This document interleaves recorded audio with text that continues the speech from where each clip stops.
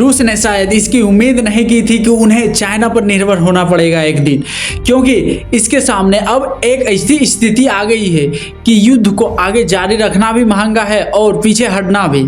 अब रूस के सामने समस्या यह नहीं है कि यूक्रेन को और कैसे दबाया जाए, समस्या यह है कि चीन पर से अपनी निर्भरता कम कैसे की जाए। जितना लंबा युद्ध चलेगा उतना ही अधिक पुतिन चाइना के जाल में फंसता जाएगा। तो आइए समझते हैं बीजिंग इसका फायदा कैसे उठा रहे हैं।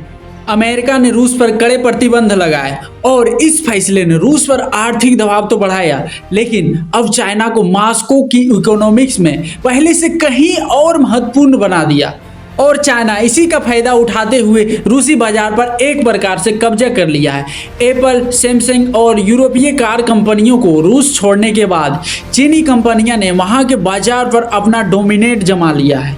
यह आंकड़ा अपने आप में इम्पोर्टेंट है, लेकिन इसकी असली वजह तब समझ में आती है जब इसे सस्ते दामों पर ऊर्जा की खरीद के साथ देखा जाए।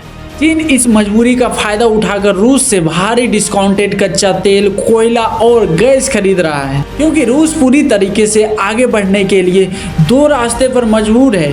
पहला, वह छूट बढ़ाएगा या फिर उत्पादन में कटौती करेगा।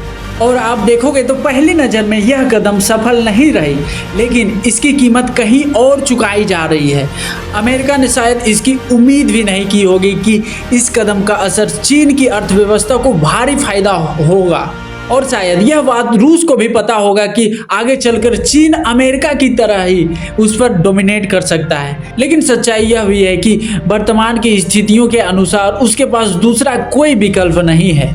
लेकिन समस्या यह नहीं है कि रूस इस दबाव से कैसे निकलेगा, समस्या यह हो जाती है कि रूस की एनर्जी मार्केट और ट्रेड लगातार चाइना की तरफ झुक गए हैं। तो क्या अमेरिका अनजाने में एक ऐसे इकोनॉमिक्स पार्टनरशिप को और भी मजबूत कर रहा है जिसे वह खुद कमजोर करना चाहता था? क्योंकि अगर ऐसा हुआ तो रूस को कमजोर करने की कोशिश में मॉस्को नहीं बदलेगा। यह वाशिंगटन और बीजिंग के बीच आने वाली बड़ी टकराव की नींव भी रख सकती है। अगर आप इसी प्रकार से जियोपॉलिटिक्स के बारे में जानना चाहेंगे तो प्लीज़ इस चैनल को सब्सक्राइब जरूर कीजिएगा। धन्यवाद।